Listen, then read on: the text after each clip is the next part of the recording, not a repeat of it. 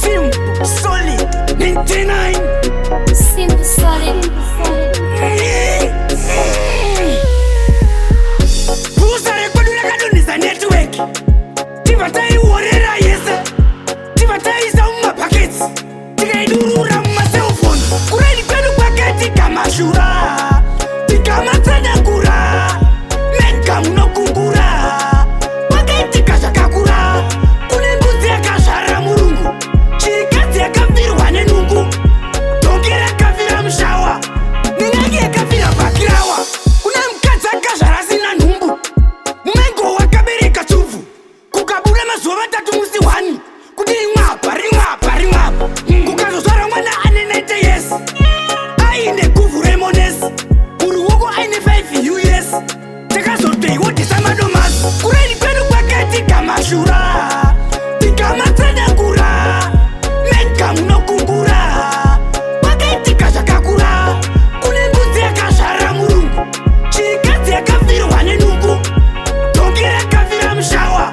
Ninagi ya kafira bakirawa. Kwenu dengara kambodo na mfunge.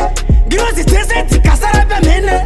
Mene mpende tikatipasi waya. Tova, tova, tova kadipaya. Tikabatira na dengaria. Tina mosi sinaneria. Tiva taiti. Kuritosera kuna mesaya. Kureli kwenu paketi kama shura. Tikama tena kura. Menka muno kungura. Paketi kasha kakura. Kunembuzi ya kashara murungu. Chikati ya kafiru wane nungu. Tongera kafira mshawa. Ninagi ya kafira bakirawa. Kuna mkata kashara zina numbu. Mmengo wakabiri kachuvu. Kukabula mazuwa matatu musi wani. Kudiri ngapa, ringapa, ringapa. Kukazo swara mwana anenete yes.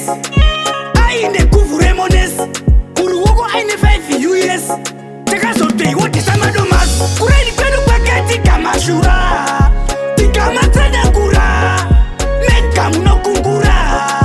Paketi kasha kakura. Kunembuzi ya kashara murungu. Chikati ya kafiru wane nungu.